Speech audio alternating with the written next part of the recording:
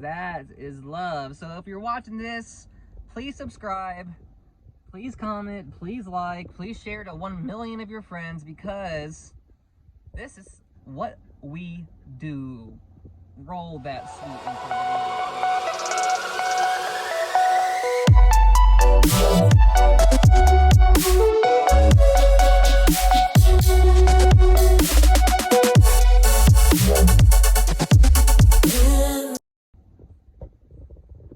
Okay, welcome back. This is the story of how I was born and raised on a playground where I spent most of my days. Just kidding. Look, man, 19 years old, 20 years old, I was a college dropout, wanted to sell printers, door to door, business to business, cold calling, all because I was told 1 year of cold calling equals like a master's degree in business, right? Companies love sales guys who know how to cold call, man. Guys not afraid to go into a door, and I mean it.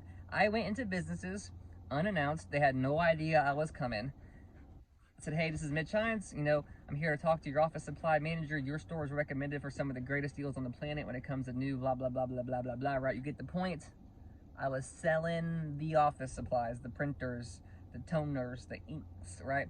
I made $38,000 my first year doing that, and it was really, really cool, man. I was kicked out at my parents' house for dropping out of school and doing drugs. This is gonna be an honest story, guys. I've come a long way since my 18, 19-year-old self.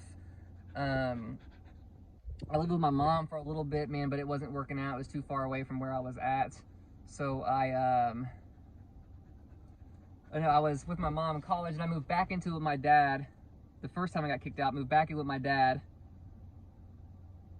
after doing a year at a college, and then ran into some trouble with the law, and started this job at Quill after dropping out of college. And then while dropping out of school, we were definitely in big disagreement with my parents. So I moved in with my friend Chris and his mom. His mom let me pay like $200 a month in rent while I was at this office supply job. So really it was kosher, man. I was like 19, 20 years old, about 19, 20. I was making pretty okay money. I was paying no money in rent. And it was just a different time to be alive for me, right? And I was learning a great skill though. I was learning how to sell, man, and it taught me that selling is more than, you know, getting a handshake for a sale. Selling is the way of life, right? Anytime you convince somebody, or you persuade somebody, or you're like, hey, let's go eat here instead of there, let's see this movie instead of this movie, let's go on this date instead of that date, let's get this kind of dog instead of that kind of dog, let's, you know, whatever you are persuading people to do on a daily basis is basically a sale.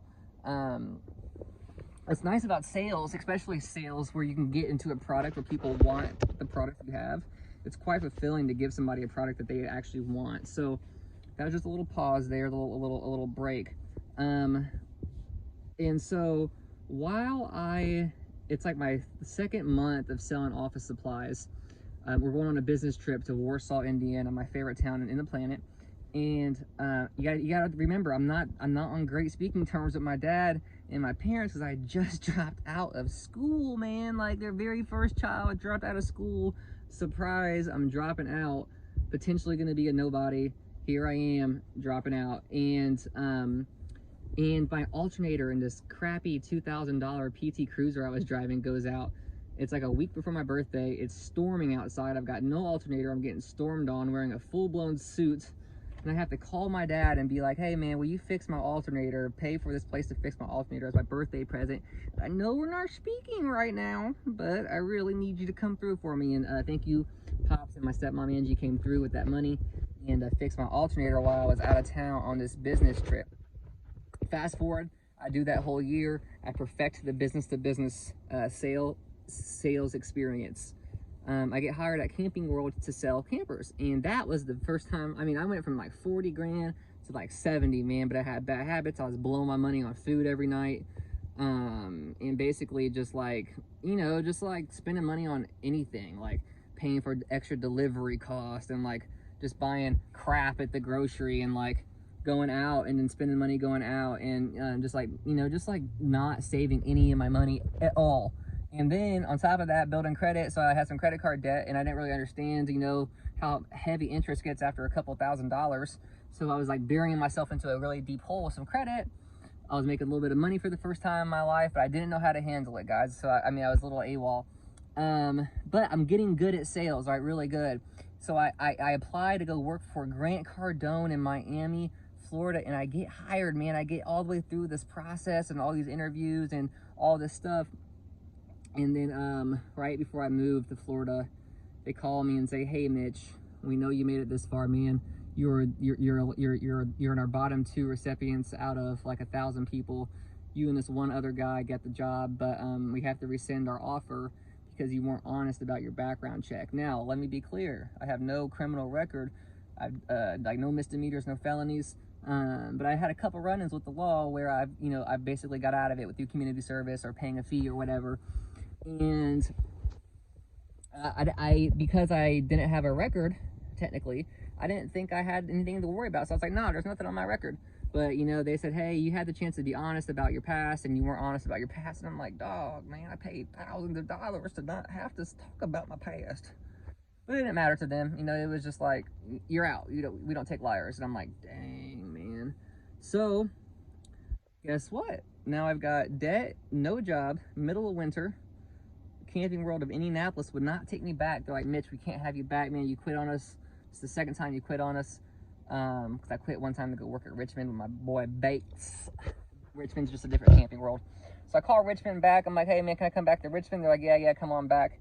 But, man, there's just something about it, man. I can't find my swag. I can't get back into the groove of things. I'm helping a friend out financially, living in my house at that time, too, my apartment. And it just wasn't pretty, man. I was diving deeper into debt, man. I'm like 10 grand in debt at this point by myself, no money, because I lost my flow of income for like 4 months during this process because I was going to move. I signed a lease in Miami, so you know I borrowed a little money to help with that process, and just really ended up hurting myself. I mean, at the end of my lease, I had no money, nowhere to go. I was way too prideful to go back with my parents because I had dropped out of school, so I had to prove that I could make it, man. I was a college dropout. I had to prove that I could make it. If you made it this far, man, please subscribe. Please subscribe. I had to prove that I could make it. And so I couldn't call my parents. So my girlfriend's like, hey, we're about to get married in a year or half a year. Why don't you move in with my mom and me in the basement? You know, sleep upstairs, you sleep downstairs, and you can save money. So it's great. So we do that. We're saving money. A little bit because I have no real job. I get a job at a mortgage broker making $800 every 2 weeks during training pay. So I'm also delivering pizzas on the weekend, working 2 jobs. I'm stressed out. I'm tired. I'm not having fun. I'm barely making any money. We get married. Thank the Lord. I love my wife. We get married. We live into this apartment, about $1,000 a month. And the apartment life was awesome. Our first apartment. You know, we were kids having fun, man. A few years ago, kids having fun. And it went well. I got another job offer at a car lot to be an internet manager, making double the money I was making at the mortgage place. So I was like, great, let's do that. Do that for a few months, and then I was praying for this. Thank you, God. And then Camping World of Indianapolis calls me like, yo. Well, actually, I called them, and I'm like, Chris, man, can you get me back? He's like, oh, let me see what I can do. I was literally just about to call you to get you back, man. We need you back. So I'm like, great. So he calls me, we work it out. A week later, I'm back at Camping World. But they kind of do me a little funny. They make me go back through new hire training and all this stuff, man. Luckily, it was December, so there wasn't a lot of money going around anyways, but I get back in there. So my first year back, make some money. We buy a house. Maddie's mom, my wife, helps me pay off some of my debt. Crazy, right? This woman is amazing. Her name is Stacy. I love her to death. She is basically... I've got a stepmom and a mom, and I've got Stacy. You know what I'm saying? Like, these are my mothers. Stacy, I love her to death. I finally, start feeling up, if that makes sense. Like, I get to the end of that first year back at Camping World, and I'm no longer super stressed out about paying my bills. It's a very new feeling to me. I'm not blowing money. Maddie's helped me save a ton of money. It's a very new feeling to me. I'm not quite making 6 figures yet, but we're getting there.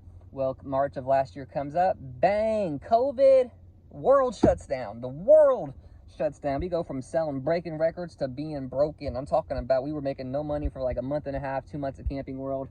We were scared. And then amidst all the shutdowns, they say you're still allowed to camp though. Okay. So people start pouring in the doors, man, to buy campers. It's crazy. Have a crazy year.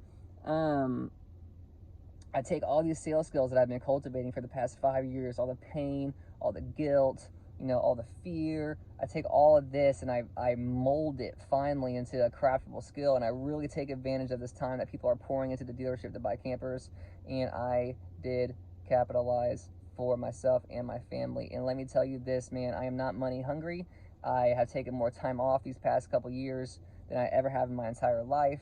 And I'll tell you what, if you can dig deep and learn a skill like sales, man, you will truly change your life, man. Now I feel like I can go sell any company on why you should hire me. I pray that God lets me continue living this lifestyle, but I will continue to work really hard for this lifestyle, and you can too.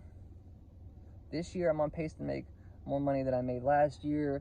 I'm taking a vacation in April. I never get to do that, never, because during like March till October, they're like, no time off.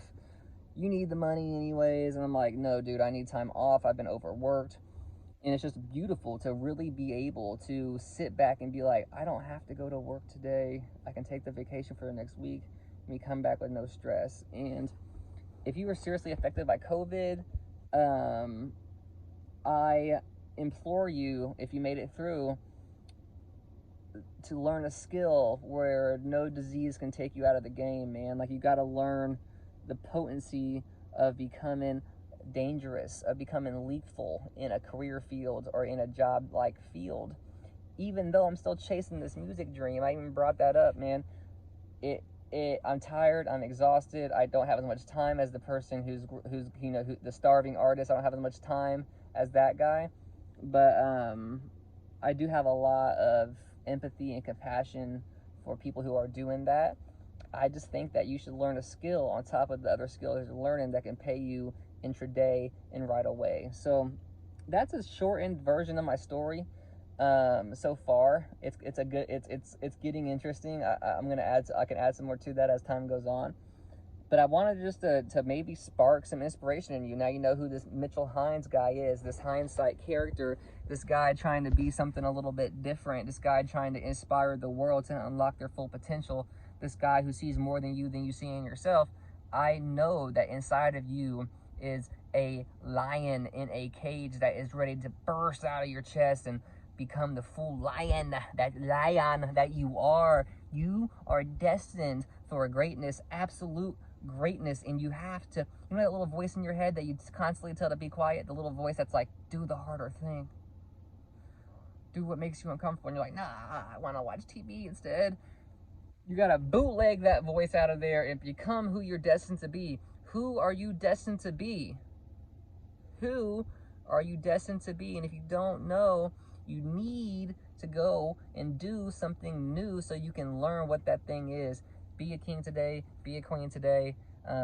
Send lots of love to your creator, and remember this: life's about finding flow. If you can find your flow, if you can find your flow and change yourself, you have the capacity to change the world. This is Hindsight, aka Mitch Hines. Thanks for watching.